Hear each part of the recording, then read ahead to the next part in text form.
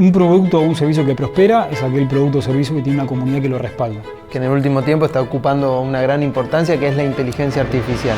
Ya ChatGPT se volvió un verbo.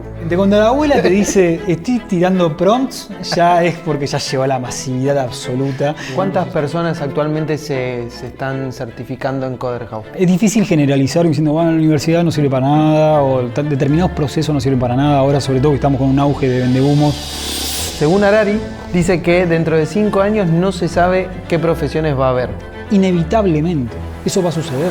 De la tectonización de absolutamente todo, si no me produce dopamina en 3 segundos esto ya no sirve, porque al fin del día vivimos la misma realidad todos. El mercado es igual para todos.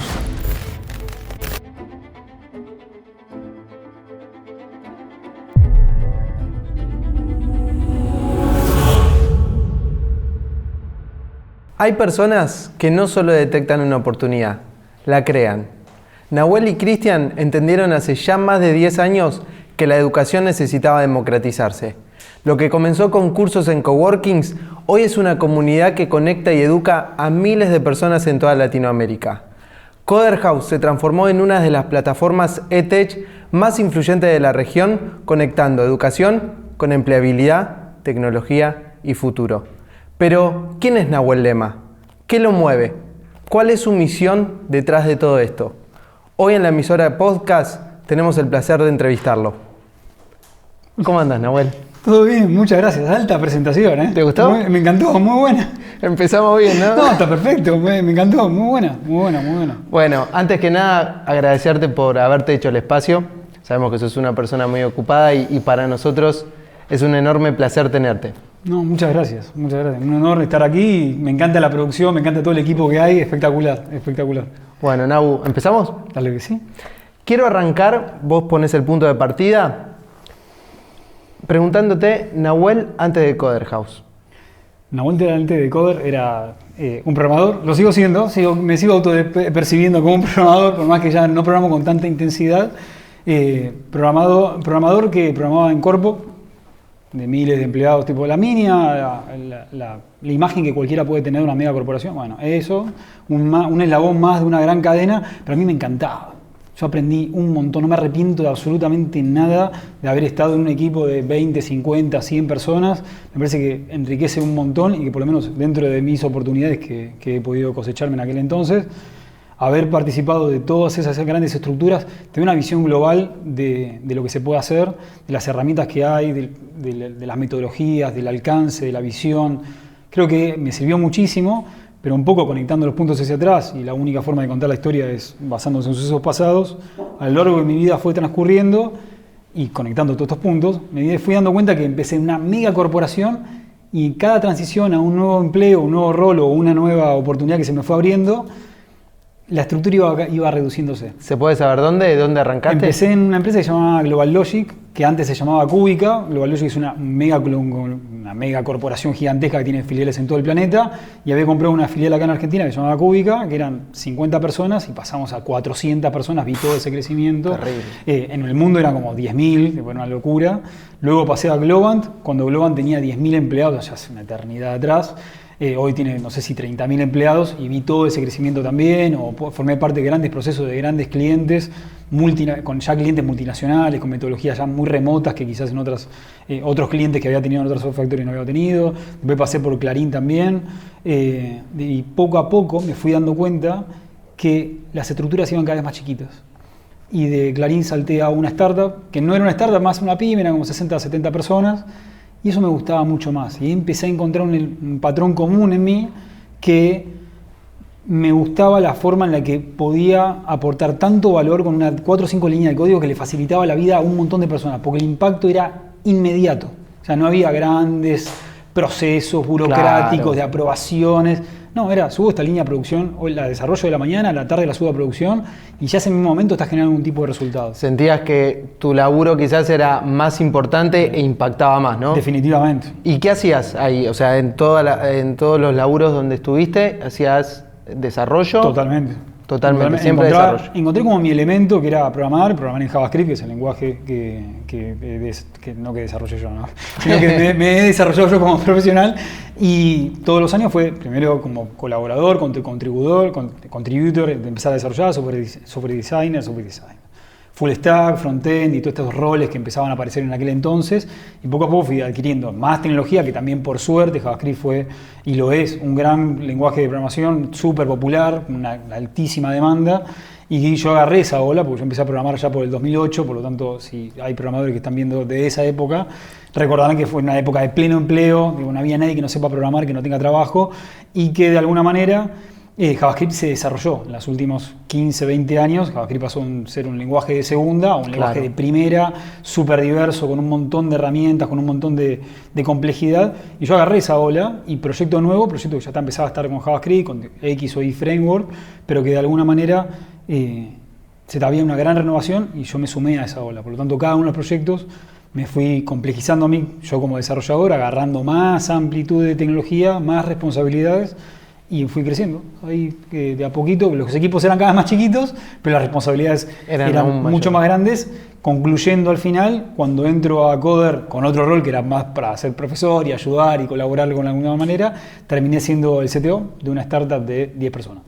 Excelente. Y era eso. Quiero llevarte un poquito más atrás, si me permitís, Obvio. En la parte de estudios. Investigando acerca de tu vida, has dicho que estudiaste diseño. Así es. ¿Tus primeros pasos en lo que es esa carrera, cómo fueron? Frustrantes. No lo voy a negar. Claramente fue muy enriquecedor. Creo que para cualquier persona, sobre todo las personas que estamos acá en Buenos Aires o en Argentina y que tengan la oportunidad de ir a la UBA, creo que yo fui a universitaria, ni bien terminé el colegio, si hubiera derecho a hacer el CBC, todos creo que tenemos que pasar por ese proceso. Creo que es un proceso, no digo que sea divertido ni mucho menos, pero sí de que uno te enriquece por persona porque te vas muy lejos, por lo menos para mí, de tu círculo de influencia. Yo soy de zona oeste de Ituzaingó, claro. Y toda mi vida transcurría en zona oeste y de repente me tenía que tomar 2 colectivos para ir hasta Ciudad Universitaria, que me quedaba 3 horas de mi casa, y de alguna manera era un nuevo círculo, nueva gente, no conocía absolutamente a nadie, y durante esos 2 años para mí fue enriquecedor. No coincidí, no encontré mi elemento ahí, bueno, mala suerte, de hecho, como soy una persona y me tropiezo 2 veces con la misma piedra, empecé diseño en otra universidad y me fue igual de peor. Entonces dije, no, evidentemente por acá no está, y como probablemente hayas escuchado, ¿no? O lo he repetido alguna que otra vez, mi papá, mi hermano y yo tenemos un pacto, y el pacto es, podemos estudiar lo que nosotros querramos. Típico padre que tuvo hijos en los 80 o en los 90, estudia lo que vos quieras, sé lo que vos quieras hacer, y el pacto es, estudia lo que vos quieras, pero tenés que estudiar algo. Sí o sí estudiar. Totalmente, estudia lo que quieras, digo, te lo pago si hace falta, pero tenés que estudiar algo. Y indagando en ese momento, que estamos hablando ya del 20, debe ser el 2006, 2008, como en esa época, empezaba a estar en auge lo que era programar. Y un amigo empezaba a programar, por lo tanto ahí yo le empecé a encontrar el gusto a eso, y busqué como, bueno, qué carrera formal existe que me pueda dar este acompañamiento académico, y en ese entonces estaba Escuela Da Vinci, que estaba, ahora no recuerdo hace cuántos años que tenía la carrera, pero tenía una carrera de programación, 2 años, un montón de materias. Corrientes está, ¿no? Esta es la que está en Corrientes al 1000 y pico, todo el mundo seguramente Corrientes y Callao, por esa altura. Dije, bueno, voy a hacerlo ahí, mismo trayecto, en vez de tomarme el colectivo me tomaba el Sarmiento, así que, bueno, colectivo Sarmiento y Sarmiento Subte, y terminé ahí. Y desde la primera materia hasta la última, sentí que esto era para mí. A diferencia de las otras experiencias... Te diste cuenta enseguida. Es por acá. Me empecé a meter todas las materias, encontraba que todo lo que hacía me parecía súper práctico, me parecía súper interesante. Creo que ahí es cuando uno encuentra, era por acá el camino. Y reconozco que haberme tropezado más de una vez, tratando de buscar mi destino, porque también hubo un momento de incertidumbre, uno tiene 20 años. Claro, dije, bueno, ¿hacia dónde va mi vida? Encontrar que de repente resonás con una disciplina, con una materia, con una serie de complementos, fue obviamente enriquecedor para mí. Y que se te hace fácil, ¿no? Se te hace fácil, decís, qué loco, esto me resulta muy fácil. Puedo estar frente a la computadora 1000 horas, que obviamente ya pasaba 1000 horas frente a la computadora, porque soy un hijo de los 90, tenía mi 486 y toda mi vida me la pasé frente a la computadora, pero de repente le encontraba un propósito. Ya no me interesaba tanto viciar o hacer otro tipo de cuestiones, sino que me la pasaba programando. Todo el día haciendo mis paginitas web y todas estas cosas así de esa época.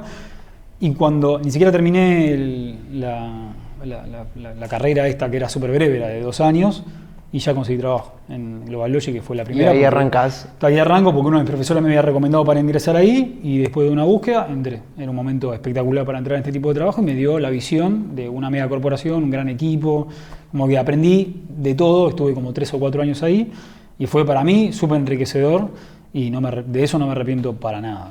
Y Nagu, ¿cuál es el salto hacia lo académico? Vos estabas trabajando, ¿y en qué momento decís, che, voy a ser profesor? Muy bien. Es excelente. Estos son los eventos canónicos que uno empieza a revisitar. Yo que soy un pibe joven, así como vos, uno empieza a revisitar los eventos canónicos que tomaron o redireccionaron su camino hacia algún lugar, ¿no? Que te llevan hacia, exactamente. ¿No? Y uno seguramente recuerda algún profesor, profesora, alguien en la vida de uno que lo influyó de tal manera, que dijo, a mí me gustaría ser como este. Y yo recuerdo a algunos profesores, la memoria no me da para tanto, no recuerdo sus nombres, pero sí que recuerdo que yo quiero ser como este profesor. Le mandamos un saludo. Le mandamos un saludo a aquel profesor de Proyecto Alumno, sí, me encantó este tipo de clase. Dije, yo quiero ser como esto. Como que encontraba que de alguna manera, hoy le puedo poner palabras, quizás en ese momento no lo tenía, de vocación de servicio. Como que querer compartir, querer acompañar a otra persona, así como uno recibió ese acompañamiento en algún momento, en ayudarlo en ese proceso formativo. Y por suerte, por no sé, quizás ni siquiera insistencia, quizás simplemente se dio de que había un programa de formación dentro de GlobalLogic que capacitaban personas que estaban empezando a programar o algo así. Era como, había tanto trabajo que había escaso talento. Claro. Por lo tanto, todas las compañías estaban como un programa de incubadora interna, y ahí se me daba la oportunidad a mi amigo Corigliano, que hace mucho tiempo que no lo veo, y a mí, para capacitar a este grupo de personas, y me sentí como pez en el agua.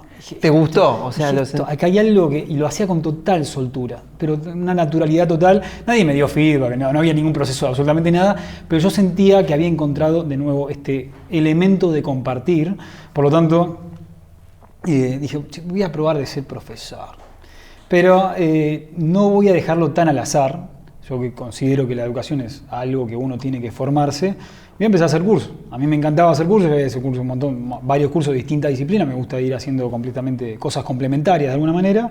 Y me hice un curso de oratoria, de liderazgo, de PNL, de coaching, de distintas herramientas, conceptos o facilidades que te convierten en una persona que puede compartir, conectar. Por ejemplo, he utilizado algunos elementos, algunos de ustedes se habrán dado cuenta quizás, cuando ingresé, cuando estuve, cuando hablábamos. Son palabras, conceptos, de facilidades que a mí me sirvieron para enriquecerme, no solo como persona, sino al momento de estar frente a distintas personas, te están mirando. Claro. Están esperando adquirir, consumir algo de vos, que vos le venís a impartir algún tipo de conocimiento. Bueno, ¿cómo puedo conectar con esta gente? Y yo recuerdo, que ya saltando más allá de algunos cursos que hubo en el medio, cuando di mi primer curso dentro de Coder, que se daba los sábados a la mañana, uno tiene que empezar a utilizar algunos de estos elementos para poder conectar con 50 personas que vinieron presencialmente, porque damos curso presencial entonces, a la mañana, un sábado, en un coworking. ¿Cómo conecto con toda esta gente? Para que no solo se lleve una experiencia enriquecedora, sino que además aprendan naturalmente, ¿no? Entonces, empezar a encontrar esto, cosas muy elementales, tampoco voy a traer nada nuevo, recordarse los nombres, de qué trabajan, qué esperan, qué quieren, llevar comida siempre ayuda, eso siempre funciona. Elementos así, uno aprende. Uno nunca sabe lo que sabe hasta que lo adquiere. Pero esa inquietud, esa curiosidad me llevó a hacer estos cursos y muchos otros más, ¿no? Por supuesto que vas incluyendo y ese tipo de cuestiones. Se te nota una persona muy preparada, entonces te preparaste. Sí. Empezaste con esta capacitación y ¿cómo llega Coder Hubs a tu vida? Ah, muy bien. Estas son las cosas del destino. Las cosas del destino funcionan de maneras inciertas, impredecibles.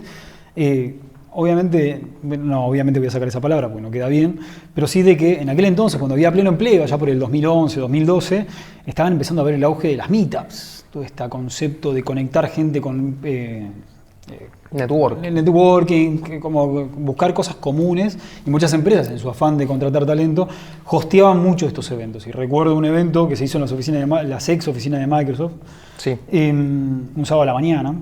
Y siempre te encontraba con la misma gente, esto era muy de nicho, entonces por lo tanto siempre me encontraba con estas personas, y a unas personas, como una buena técnica de networking es, no te guardes nada, compartí todo lo que vos estás haciendo, y yo a este grupo le compartí que, no, porque estoy dando clases acá, y también me llamaron para hacer un webinar acá, o no sé qué cosa, porque lo estaba contando, y una de estas personas me dijo, ¿por qué no hablas con un tal Chris?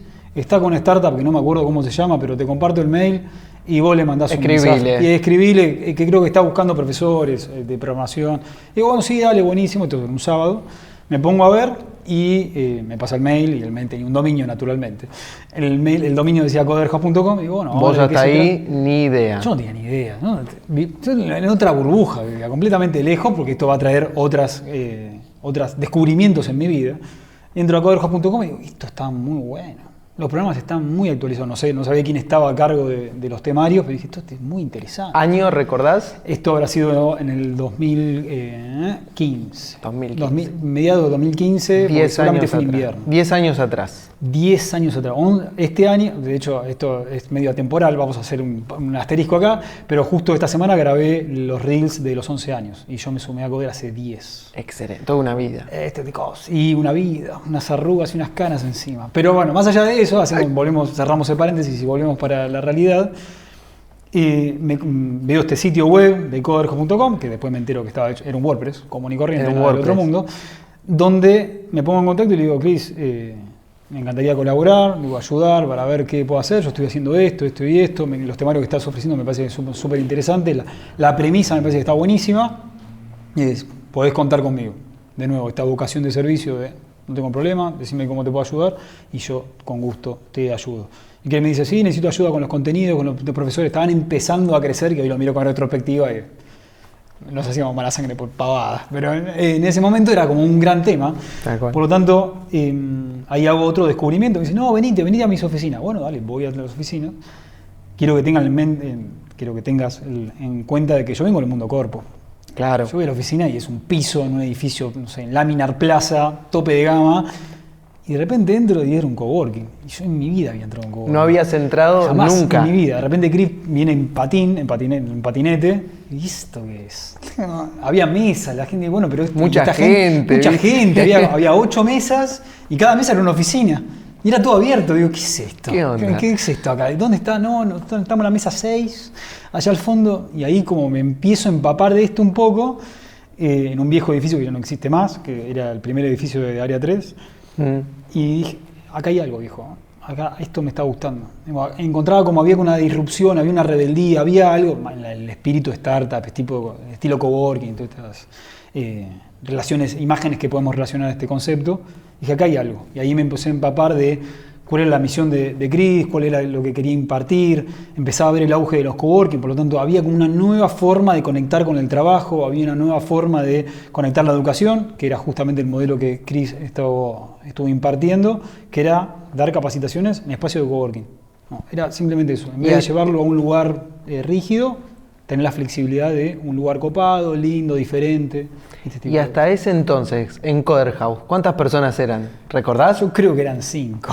Claro, 5 locos. 5, estaba Pablito, estaba Chris, había 2 chicos más que no los llegué a conocer bien, y poco a poco, mientras yo tenía otro trabajo, o sea, yo trabajaba de 9 a 18 normal, y a la tarde o iba al coworking o volvía a mi casa y seguía programando, porque ahí empieza una narrativa en paralelo que es, me empiezo a dar cuenta de cómo operaba Coder. Coder era un lugar donde se capacitaba entre 40, 50 personas, no recuerdo si llegábamos a 100 por mes, porque el espacio era 1, la sala de reunión era 1, y solamente se podía dar clases a la noche, lunes y miércoles, martes y jueves, y los sábados. Después, Área 3 tenía otro espacio más que lo sigue teniendo ya en Malavia, atrás de un Starbucks, seguramente alguien lo habrá conocido en algún momento, y era eso.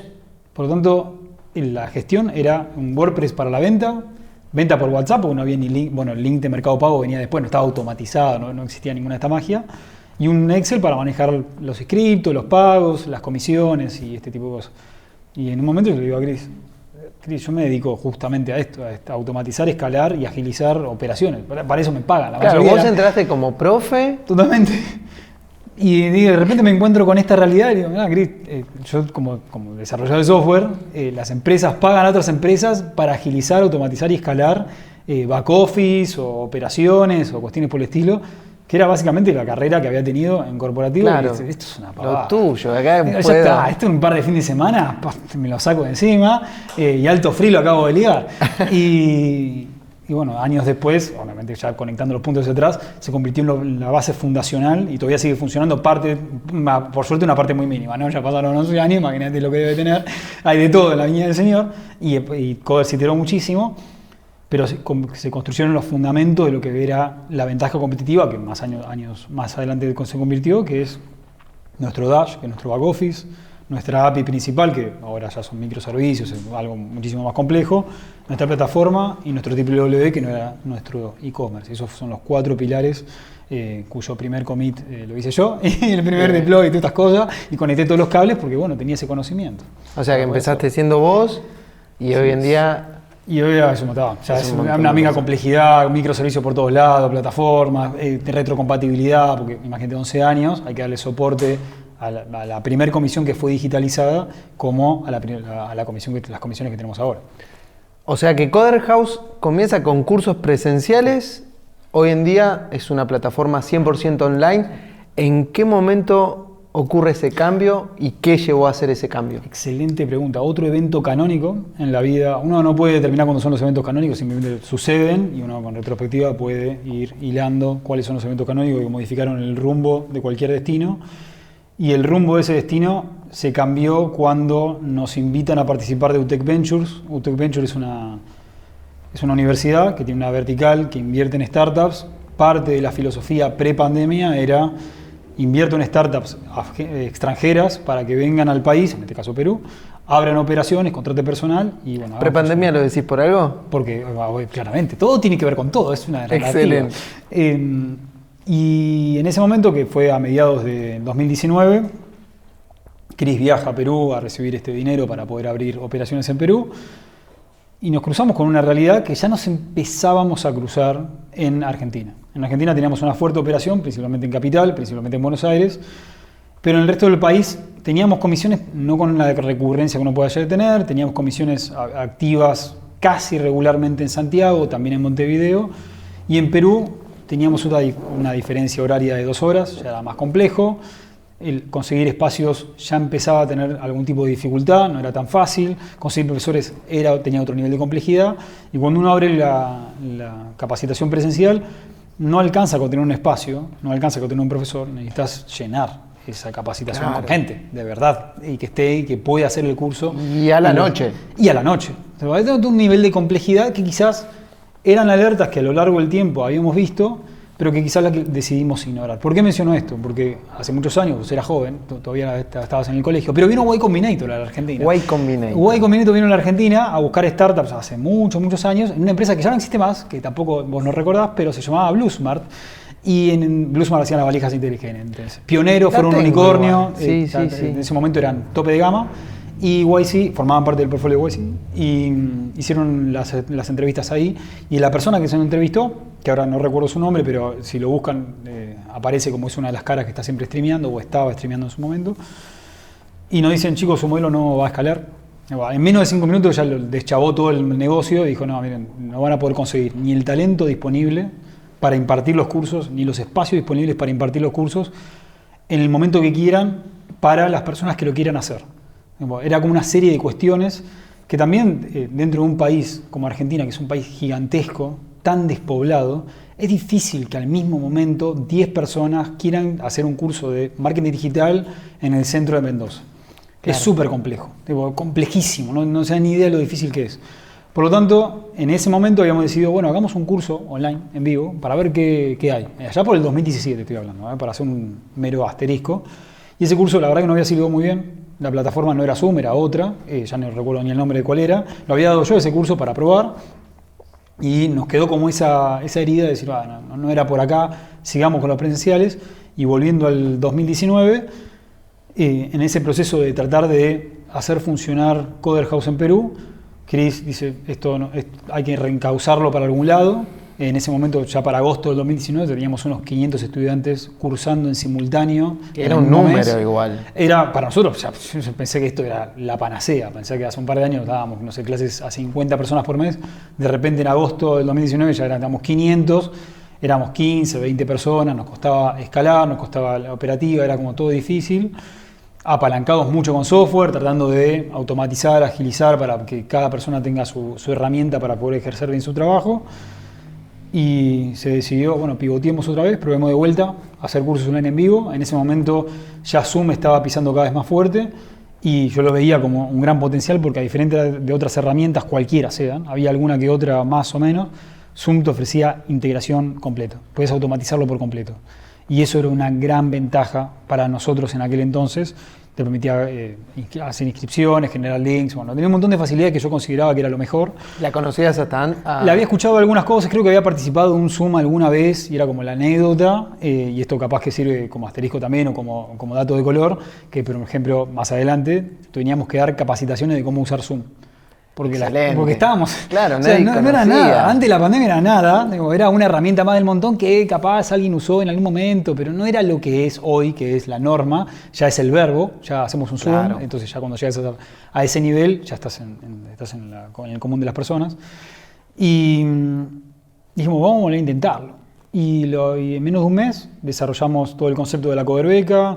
Desarrollamos el concepto que luego el manual de negocios dice que es un producto que canibaliza tu propio producto. O sea, por un lado estábamos impartiendo los cursos presenciales y por el otro lado estábamos vendiendo cursos online. O sea, estaban compitiendo. Estamos compitiendo en la misma propuesta, no solo compitiendo en la propuesta en sí de que era la misma capacitación presencial pero online, sino que el costo, y recuerdo que era 2/3 menos. O sea, si el costo costaba 10.000 pesos, esto costaba 3.000. Ahí vieron algo. Era demencial la diferencia, porque queríamos saber qué pasaba. Y en esa primera comisión se anotaron 47, 48 personas, casi todas, si no todas, que era un curso de desarrollador web, que es el primer curso de una carrera de programación. Todas, o creo que casi todas, o todas, las personas que se anotaron no conocían Coderhouse, no habían hecho un curso con nosotros, no habían hecho un curso grabado, tampoco habían hecho un curso en vivo. Por lo tanto, era como una novedad. Super early adopters en todo. Salvo, creo que a una o dos personas que obviamente tuvimos que modificar todas las comunicaciones automáticas, todos los mensajes, porque estas una o dos personas, que es una falla nuestra, que obviamente estábamos en proceso de iterar, esperaban hasta el último momento de que comenzara la clase. Bueno, ¿dónde es la clase? Porque seguramente habían escuchado quizás el concepto de, cursos presenciales, y decirles que tenemos un curso online en vivo no es tan fácil, uno tiene que reiterar una y otra vez, y estas una o dos personas esperaban, todavía no me pasaron la dirección. Claro, no sé a dónde ir. No sabían a dónde ir, ya teníamos operaciones en muchos coworking, por lo tanto estaban como esperando esa comunicación no sucedía, pero finalmente pudimos impartir ese curso, al cual le dimos 1000 vueltas, por lo tanto ese primer curso salió bien, increíblemente. Pero dábamos clases, 2 clases por semana, de 3 horas cada una. La metodología obviamente la fuimos iteramos ya 5 o 6 años después. Las clases ahora es una clase por semana, las clases duran 2 horas. Esto fue un proceso iterativo progresivamente, esto no se dio de un día para el otro. Empezamos a incorporar tutores, ya el ratio entre profesor y estudiantes empezó a crecer demencialmente, estos 40 y pico, hoy es re poco, la mayoría de las comisiones tienen entre 80, 120, dependiendo del curso, dependiendo del horario, depende de muchos factores, pero fue crecer a más no poder y empezar a incorporar estos roles e ir iterando sobre la metodología. Por eso nos acompañaron durante muchos años un montón de personas que venían de ciencia de la educación, que empezaban a encontrar estas oportunidades de mejora en cada hueco para poder hacer que el producto o el servicio sea cada vez mejor, no solo en la interacción con la plataforma, las comunicaciones, la metodología dentro de la clase, la metodología fuera de la clase, por conceptos como por ejemplo el afterclass, que eran clases de repaso, clases de refuerzo, distintas dinámicas y metodologías que fuimos iterando dentro de nuestra propuesta, que justo llegaron unos meses antes de lo que eventualmente sucedió, que fue la pandemia, donde ya 3 meses antes habíamos decidido, ya el 1 de enero del 2020 habíamos decidido no dar más cursos presenciales. Por lo tanto, los que se estaban dando. Ya dijeron que listo. ¿Por qué? Porque nosotros empezamos los cursos online en vivo en agosto del 2019, más o menos en ese último trimestre, y cada mes se anotaba más gente. Y cada mes empezábamos a descontinuar cursos presenciales y pasarlos al online. Como ya este curso no está más disponible acá, está para este lado. Y cada caballito de batalla, que son 3, marketing digital, de community manager, de desarrollador web y diseño UX, se llenaban las primeras comisiones con personas que nunca habían hecho un curso con nosotros y que estaban conectadas, y ahí empezamos como a descubrir esta magia se empezaban a estar conectadas desde todas partes del país, sobre todo Argentina, donde tenemos una presencia más fuerte. Tenían mayor escalabilidad, exactamente, ¿no? Mirá qué loco, están empezando a caer más personas, teníamos más awareness, Y poco a poco fuimos construyendo esa nueva narrativa para este nuevo segmento que estaba más interesado en probar algo nuevo, porque la mayoría de la gente nunca había hecho un curso ni grabado, ni mucho menos online, de tener que conectarse, ni mucho menos haber utilizado Zoom. Y pudimos llegar a este segmento, y este segmento no solo nos acompañó esos 3 meses donde quizás íbamos creciendo a más no poder, sino que para cuando llegó la pandemia nos agarró con una ventaja de 6 o 7 meses contra toda la competencia, de tener un software que ya estaba preparado para dar cursos online, ya estábamos totalmente cableados a Zoom. Obviamente había un montón de cosas que mejorar, pero esos primeros 3 meses de la pandemia fueron jornadas larguísimas, trabajo demencial, iterar en extremo, porque las necesidades, y esto obviamente son cuestiones del destino, de cuestiones estacionales, la pandemia no llegó en cualquier momento, llegó en cualquier momento para la mayoría de las personas. Para nosotros en Argentina, en Latinoamérica, llegó en marzo, en abril, más o menos en el primer trimestre. 20 de marzo, si no me equivoco. ¿Y qué sucede en marzo y en abril? Comienzan las clases. Claro, justo. Entonces, ¿qué pasa cuando comienzan las clases? Comienzan las clases para todos los que estamos en esta... Seguramente le pregunto a todos los que estamos acá, que somos unos cuantos, seguramente a lo largo de toda tu vida, todos cruzamos de marzo a diciembre. Claro. Todos estamos programados, el hemisferio sur en Latinoamérica, para programar en esta época. Y la pandemia vino justo en esa época.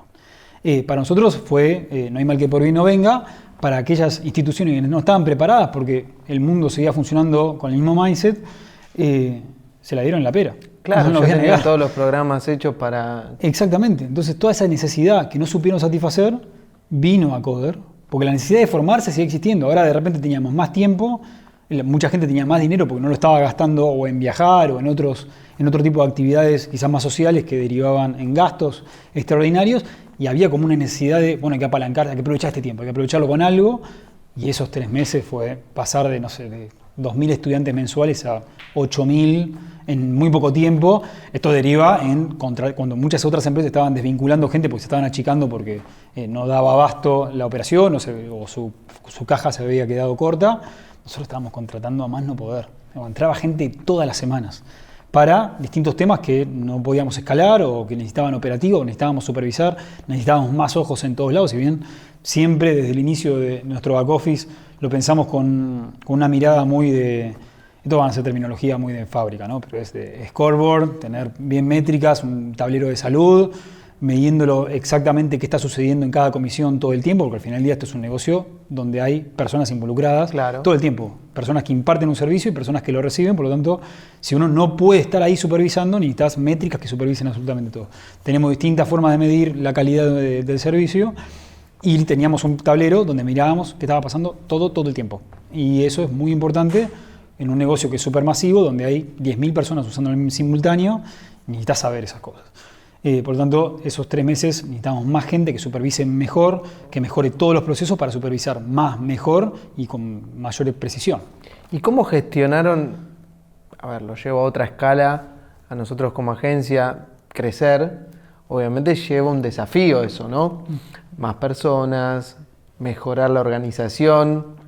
No me imagino en su caso en ese momento. ¿Cómo hicieron para crecer internamente y que la cosa no se rompa, se caiga? Yo creo que siempre estás en ese momento de que la cosa se puede caer o romper constantemente. Uno en esos momentos yo estaba en esa absoluta paranoia total. Claro, me imagino. Miraba todos los dashboards, no solo los de las comisiones, sino de los servidores también.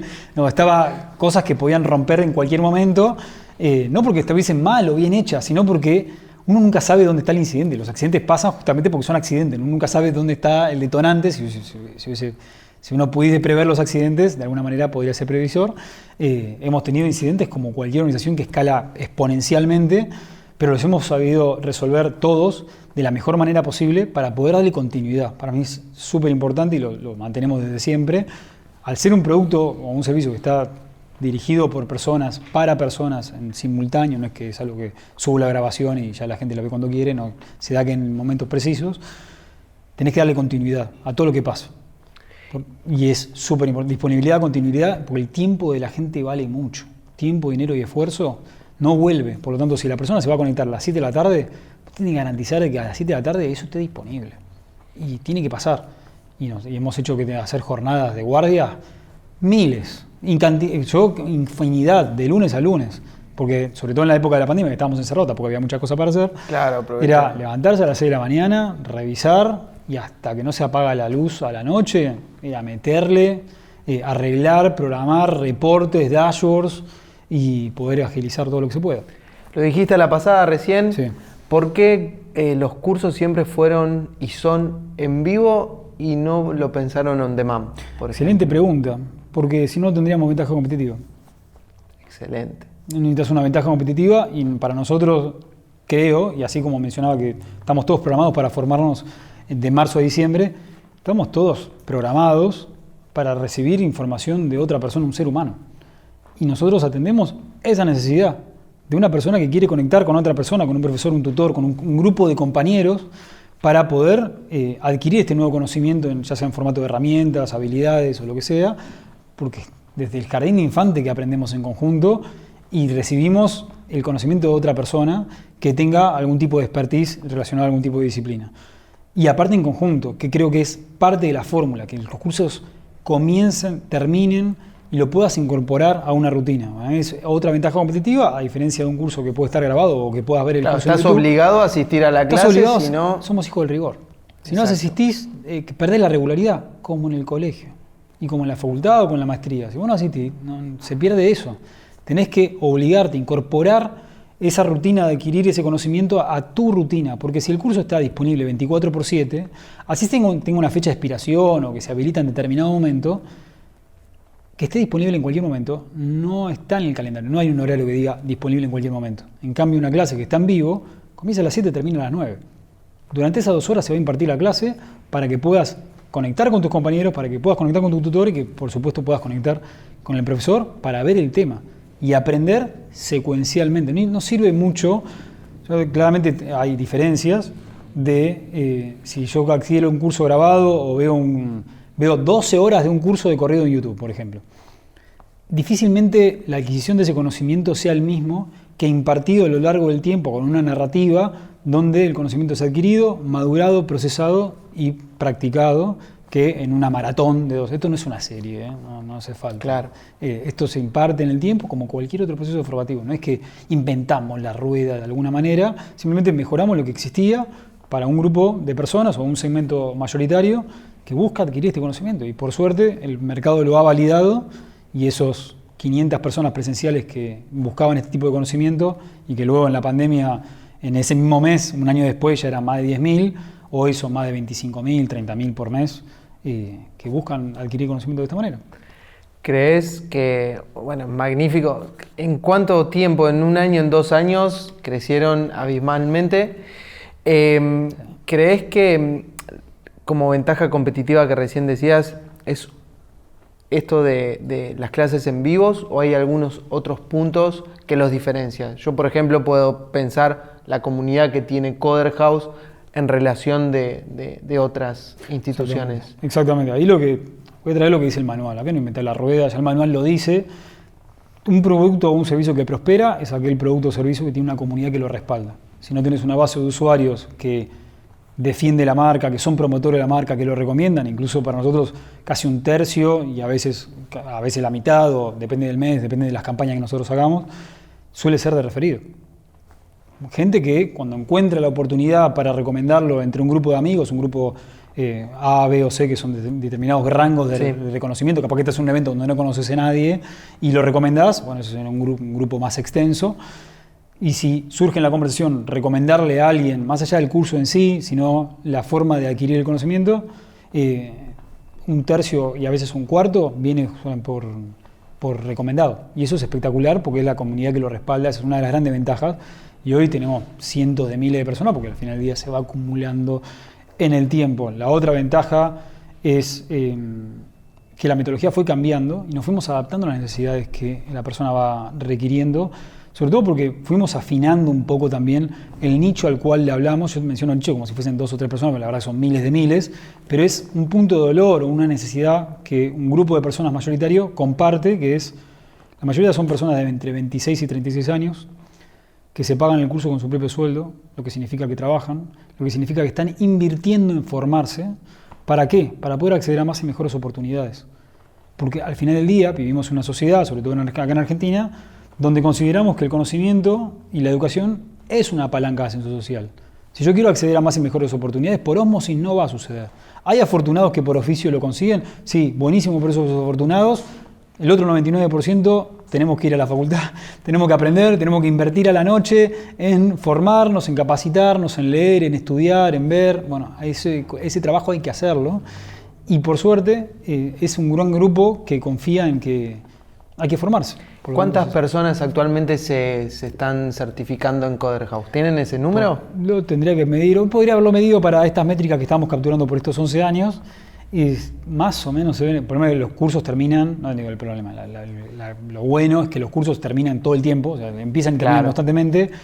Se habrán certificado unas 200.000, 300.000 personas. 200.000. Lo tendría que sacar ahí al dedillo, pero sí, seguramente. ¿Y tienen algún objetivo seteado? ¿Ustedes internamente, queremos llegar a esto? Hoy por hoy creo que teniendo un poco más la demanda más estable, como que ya, no te digo que pasó de moda, pero sí de que se fue estabilizando. Obviamente hubo un boom, apalancado muy fuerte con la pandemia, de que muchas soluciones que en esos momentos había una denominación que le llamaba Pandemic Effect, un montón de soluciones que aparecieron en la pandemia, después muchas de ellas se pincharon y no pudieron prosperar.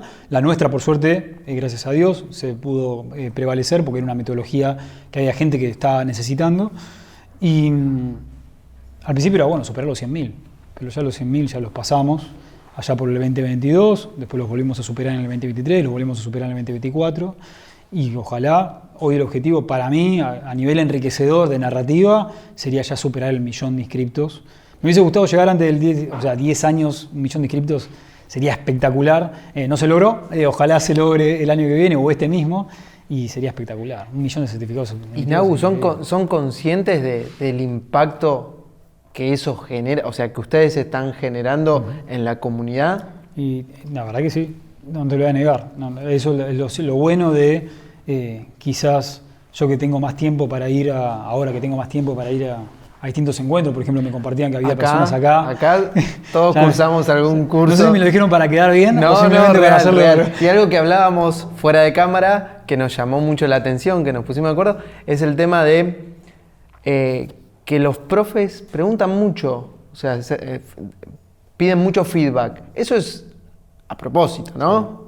Sí, que sí. Hay un porqué. Hay un porqué de eso, porque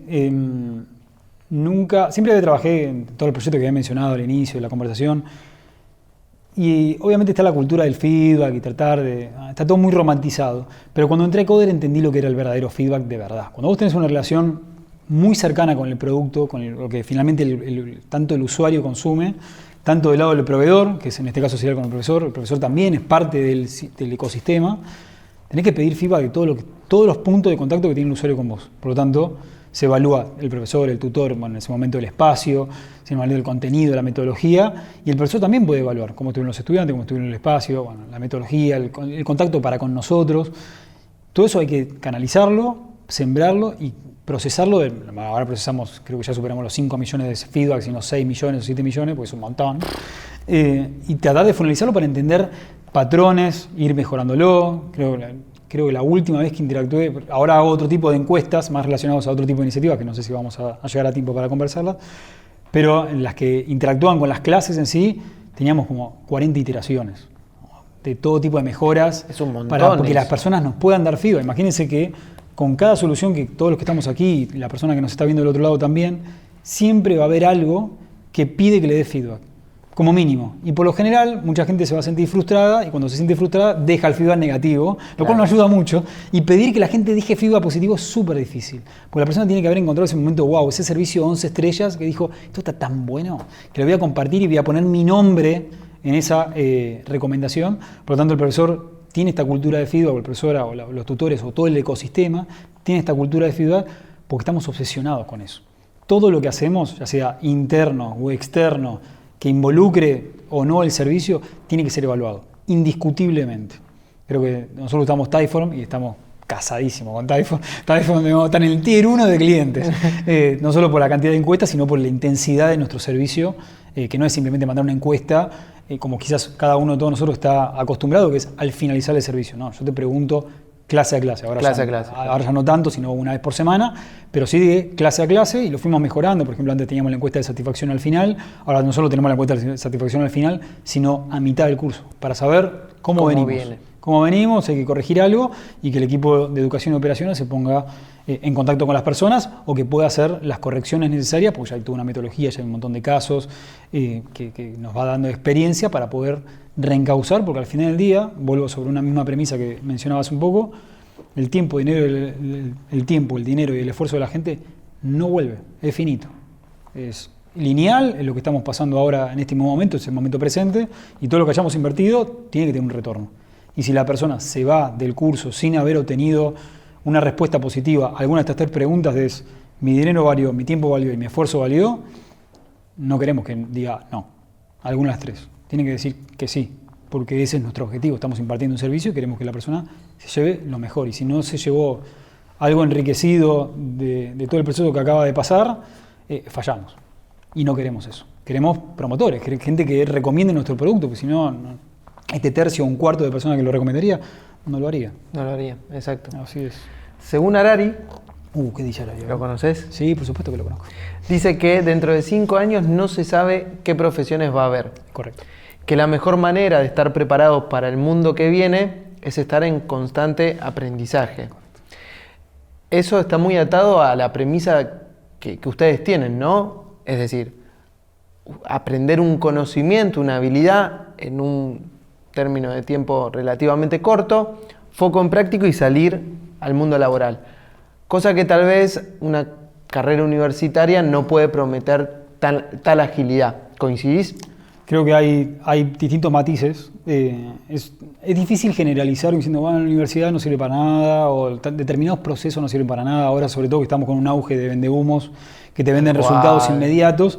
Eso tiene que ver un poco con la sociedad en la que nosotros estamos viviendo, que es una sociedad de la gratificación instantánea, de la tectonización de absolutamente todo. Si no me produce dopamina en 3 segundos, esto ya no sirve, o los resultados esperados son monstruosos y la verdad que los grandes resultados llevan tiempo. Ya lo decía Warren Buffett, el camino corto es el camino largo, no existen caminos cortos, no hay atajos para absolutamente nada. Y creo que de alguna manera también se conspira contra ese proceso formativo por el cual todos pasamos. De hecho, la mayoría de nuestros estudiantes pasaron por un proceso formativo, ya sea obviamente el colegio y también algún título universitario o 1 o 2 o maestría o lo que sea, porque al final del día vivimos la misma realidad todos. El mercado es igual para todos. Necesitamos habilidades que hace años no existían, hoy las necesitamos, hay que adquirirlas. Y la mejor forma de adquirirlas es hacer un upskilling, hacer un reskilling, y puede ser un curso complementario a cualquier otra habilidad que uno pueda llegar a tener, pero sin duda va a ser necesario que nos formemos, y no te digo que seamos como un médico que tengamos un montón de diplomitas pegados en la pared, pero sí de que vamos a tener que aprender a lo largo de todas nuestras vidas. Inevitablemente, eso va a suceder con habilidades técnicas, blandas, con inteligencia artificial, sin inteligencia artificial, porque al final del día vivimos en esa realidad. E incluso podría decirte que probablemente Harari no lo haya mencionado, porque yo también escuché esa cita, pero probablemente un plomero, un electricista, va a seguir haciendo su trabajo, un mecánico va a seguir usándolo, va a cambiar las herramientas, probablemente las cambie, pero los problemas van a estar ahí. Va a haber una fuga de gas, va a haber una fuga de agua, va a haber un problema eléctrico, eso va a suceder, inevitablemente, y así como suceden en tareas de oficio, de profesión, va a acceder en cualquier lado. De hecho, hoy me junté con un ministro y el debate filosófico que él me planteaba era estamos invirtiendo mucho en formar a jóvenes, sobre todo jóvenes, segmento ya 18, 19, 20, jóvenes profesionales, o personas que están preparadas para el mundo laboral, en habilidades que no sabemos si son las del futuro. Y es muy difícil predecir el futuro. ¿Cómo sabes? ¿Cómo sabes? Pero sí sabes que, por lo menos por ahora, o por lo menos podemos asegurar, podemos construir, podemos hacer futurología, de que la persona va a seguir produciendo, de que vamos a encontrar nuestro lugar en la cadena de valor para poder seguir produciendo más soluciones. Y parte de esa narrativa también viene del lado de qué rol ocupamos dentro de esta cadena de valor, y parte de esas habilidades que nos hacen humanas se revitalizaron un montón. por ejemplo, habilidades de comunicación, de oratoria, de liderazgo, de negociación, de gestión de equipos, de administración de empresas, porque al final del día las empresas, así como esta agencia, está gestionada por personas. Yo no veo ninguna inteligencia artificial ni haciéndome la entrevista, ni yo soy un avatar digital, al menos no por ahora. Quizás a la próxima generación, el momento no sabemos, capaz que la próxima generación lo es, pero mientras seamos nosotros los que tomen decisiones o los que creemos o creamos ese nuevo futuro, lo dictamos nosotros. Si hay un futuro incierto, impredecible, que va a estar dictaminado, va a ser tipo Matrix, Terminator, y la verdad que es ciencia ficción. Ojalá esa ciencia ficción se vuelva realidad o no. Puede ser, puede que sí, puede que no lo sabemos. Hablaste recién de un jugador que en el último tiempo está ocupando una gran importancia, que es la inteligencia artificial. ¿Qué lugar crees que va a ocupar, si no es que ya lo está haciendo, en el aprendizaje? Desde que se volvió supermasivo, desde que nuestra abuela lo vio en la tele, que eso suele pasar cuando ya las cosas son supermasivas, ya la tele ya lo dijo.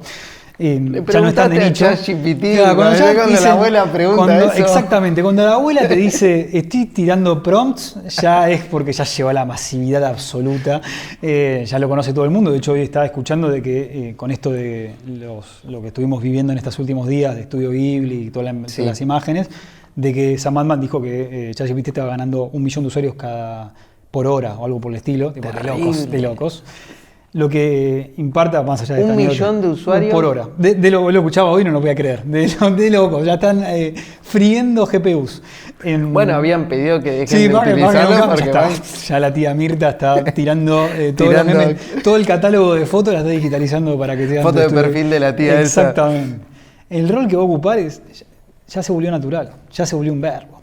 Ya ChatGPT se volvió un verbo. Y cuando se vuelve un verbo, es cómo aplicamos esta tecnología a todos los ámbitos de nuestra vida. Estamos viviendo esta parte de efervescencia de aplicativo, en qué lo podemos aplicar, y bueno, no sé si en qué lo podemos aplicar, siempre surgen nuevas cosas, pero estos últimos 3 o 4 años hemos encontrado formas de aplicarlo en todo tipo de negocios, de funcionalidades, de servicios, de propuestas de valor.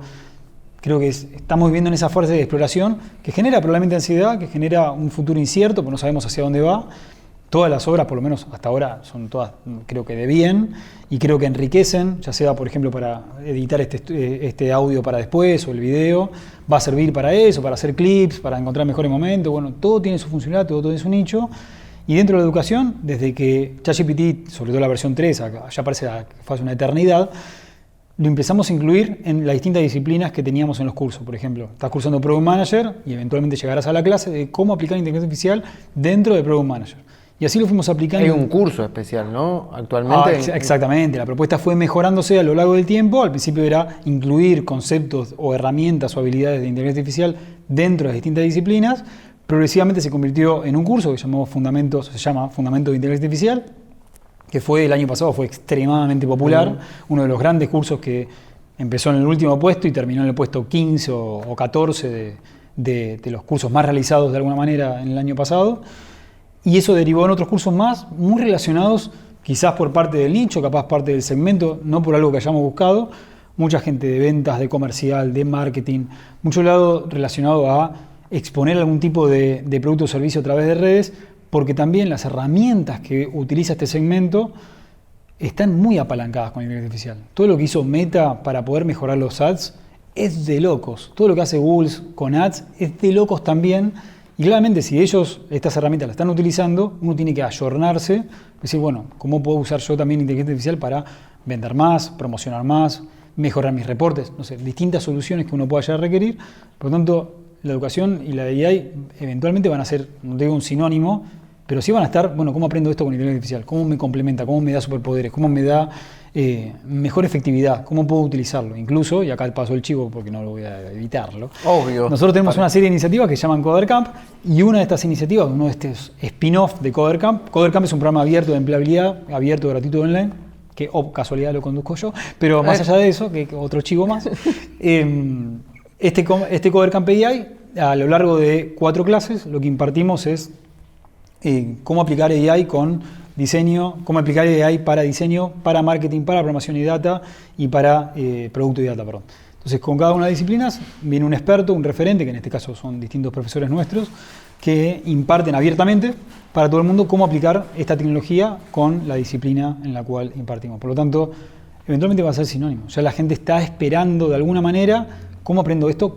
Y hoy la barrera de entrada es tan baja, incluso creo que ni hace falta ni registrarse en la mayoría de las soluciones, para poder generar no solo una imagen al estilo Estudio Ghibli, que eso puede ser un meme al final del día o algo del momento, capaz en 2 semanas ya todo el mundo se olvidó de este fenómeno, pero sí de las ventajas competitivas que esto te puede ofrecer. Siempre están las teorías conspirativas. Naturalmente. ¿Qué pensás de ese tipo de teorías de la inteligencia artificial va a venir y acabar con la humanidad?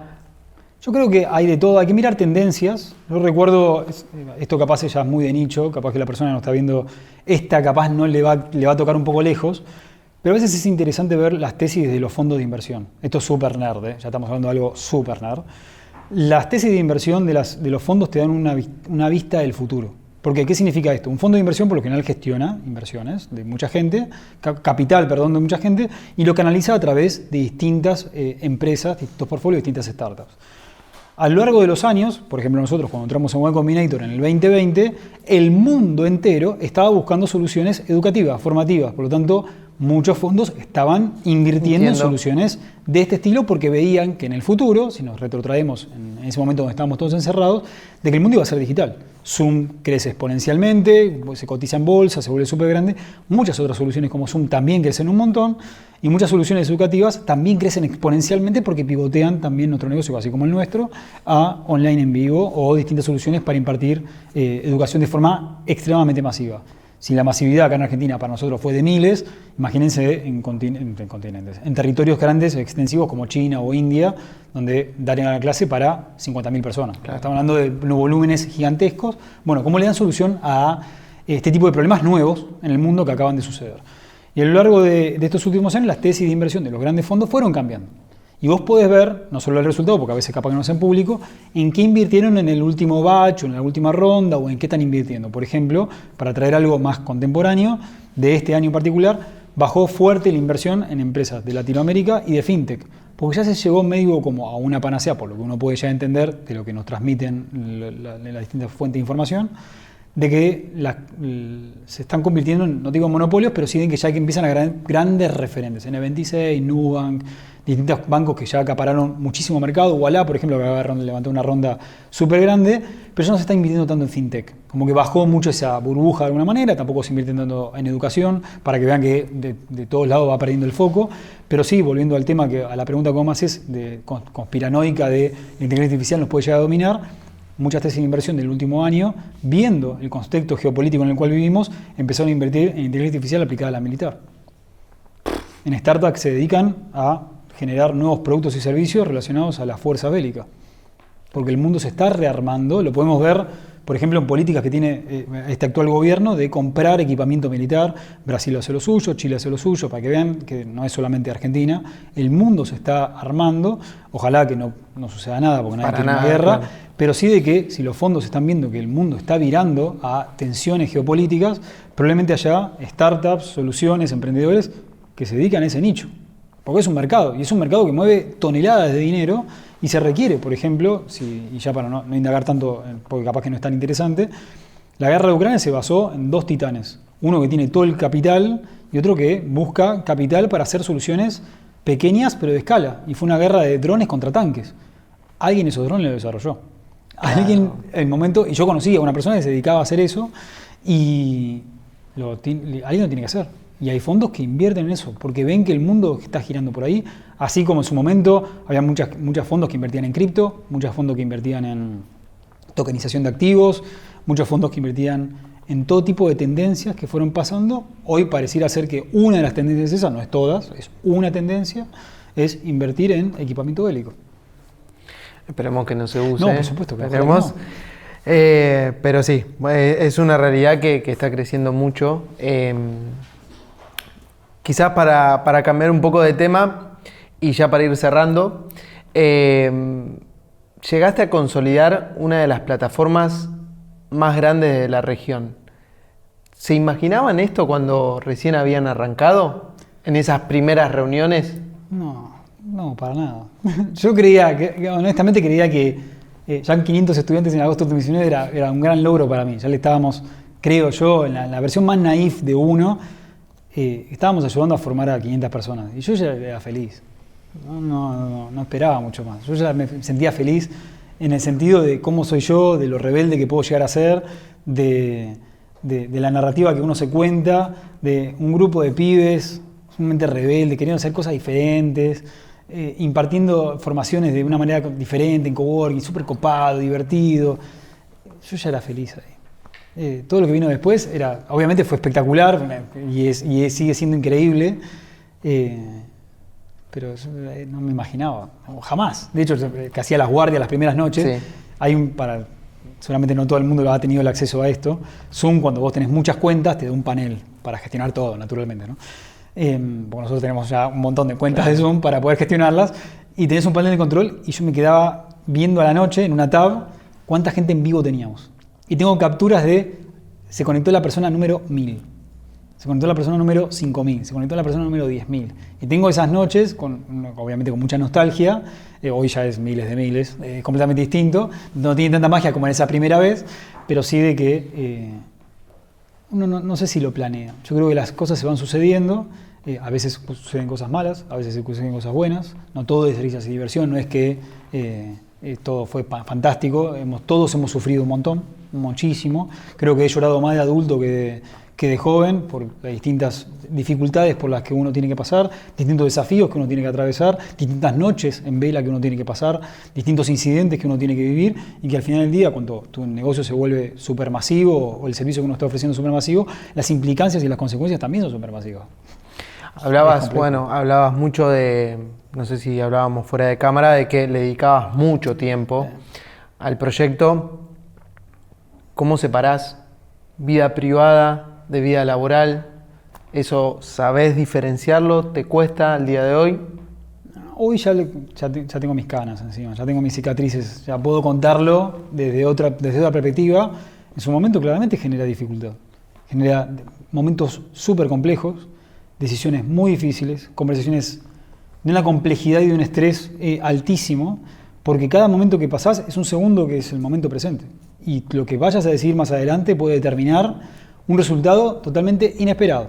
Porque si supiésemos predecir el futuro sería muy fácil, pero con el diario del lunes no es tan sencillo, y hemos tomado un montón de decisiones. Muchas de ellas no funcionaron. Tan simple como que no. Y le destinamos tiempo, dinero y esfuerzo, sí, un montón. Y había que destinarle fin de semana, sí, un montón. Y funcionó, y a veces no funciona. Lamentablemente no.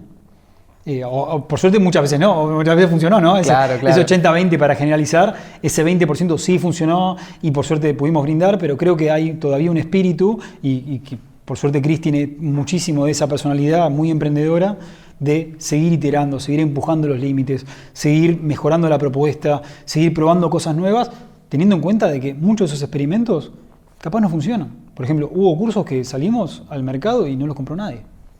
Y teníamos la validación de mercado, teníamos la validación de referente. Y pensaban que quizás iba a andar y no funcionó. No. Y vos destinaste no solo tiempo de personas para crear el contenido, tiempo de gente para darle forma, diseñarlo institucionalmente, que tenga el branding, publicarlo, hacerle seguimiento. Y no se vendió, y se hizo una sola comisión. Bueno, a veces va a pasar. Y eso puede ser un daño menor. A veces se te puede caer la plataforma, puede ser porque casualmente nuestro producto se consume muy en el momento. Claro. Entonces capaz tenés picos de consumo, capaz se conectaron 30.000 personas al mismo tiempo y eso estresa a los sistemas, ya por suerte no sucede más, pero en su momento era una dificultad que a veces pasaba mucho y eso te estresa, eso te quita el sueño, eso te angustia muchísimo, uno que lo construyó, porque al final del día esto es como si fuese tu bebé. Es como tu bebé, no quería humanizarlo de tal manera, bien, pero sí tiene sangre, sudor y lágrimas. Digo, arriba de mi teclado ha pasado millones de líneas de código y uno lo siente como propio. Entonces cuando una persona me dice por LinkedIn, Nahue, esto no me funciona, siento la vocación de que le tengo que responder, le tengo que decir, pasame tu mail, decime cómo te puedo ayudar. Hablaste, no sé si te diste cuenta, durante toda la nota de vocación de servicio. Es que es muy importante. Es que la educación es vocación de servicio. Creo que está muy institucionalizado la vocación de profesor, docente, a lo largo de toda nuestra vida. Hemos interactuado, imagínense todas las cantidades de profesores que hemos pasado a lo largo de nuestra vida, miles de miles, si no cientos o miles, y es un trabajo que quizás en Argentina no se valora tanto, pero alguien lo tiene que hacer. Alguien lo tiene que hacer. Y yo encantado de hacerlo, no tengo ningún problema. Me imparto, de hecho la última clase que tuve que dar, que la di solo en el anterior CoderCamp, otro chivo que es el de CoderCamp Empleabilidad, que lo mencioné al pasar, pero también ahí en ese también lo conduzco, y en la anteúltima clase que me tocó dar una masterclass de cómo aplicar AI para buscar trabajo, estuve 2 horas sin parar y para mí fueron 15 minutos. Claro. Estaba totalmente conectado con lo que estaba compartiendo y obviamente te vas emocionalmente exhausto, porque es un esfuerzo físico, mental, así como cada uno de los que estamos acá, que estamos totalmente presentes en este momento, es algo importante. Y uno le da mucho amor, energía y lo que se conoce como agotamiento emocional, como que emocionalmente te drenaste porque estabas tan compenetrado en aportar tanto valor que terminó la clase y nos miramos con Cari y con G y dijimos, uff, no puedo más, ya está. Estoy re cansado. De hecho, cuando terminemos este encuentro, probablemente digo, ya está, esto se terminó. Pero es importante estar en el momento presente. Ahora estamos súper concentrados, pasando, no sé ni cuánto tiempo habrá pasado, seguramente unos 40, 50 minutos, pero sí de que... 1 hora. 1 hora, bueno, bastante bien esto, ¿no? Un off de 10 minutos. Bien. Que de alguna manera... creo que voy a ser profesor toda la vida. De hecho, escucho a veces a una persona, un referente para mí. Hay 2 grandes referentes en oratoria para mí. Uno es Franco Piso, naturalmente el rosarino, me encanta, si lo puedes entrevistar, tope de gama. Y el segundo ya le tiramos el chivo supuesto, del compromiso. Si lo llegan a conseguir, porque a mí me clavó el visto ya 2 veces. Me habló una vez y ya me sentí enamoradísimo. La segunda ya no me respondió. Pero re buena onda, veo todos sus videos, todos, absolutamente todos. Y el segundo que me parece un gran referente es Fernando Miralles, de un español. Y los 2 dicen lo mismo, y los 2 creo que lo repiten reiteradas veces, que es, ellos son profesores, ¿no? Son profesores, y lo hacen de vocación. Y Fernando Miralles en una entrevista, recuerdo que decía que yo me quiero jubilar dando clase. No sé si va a ser mi destino, pero sí cuando alguien me pide compartir conocimiento, no tengo ningún problema. ¿Cuándo es? ¿A qué hora es? Yo con gusto lo hago, no tengo fricción para nada, tengo el sí muy fácil para esas cosas. Doy fe que nos dijiste sí enseguida. No hay problema. Y nada, agradecerte por haber venido. Un placer en lo personal. No, por favor, muchísimas gracias. Nos vemos.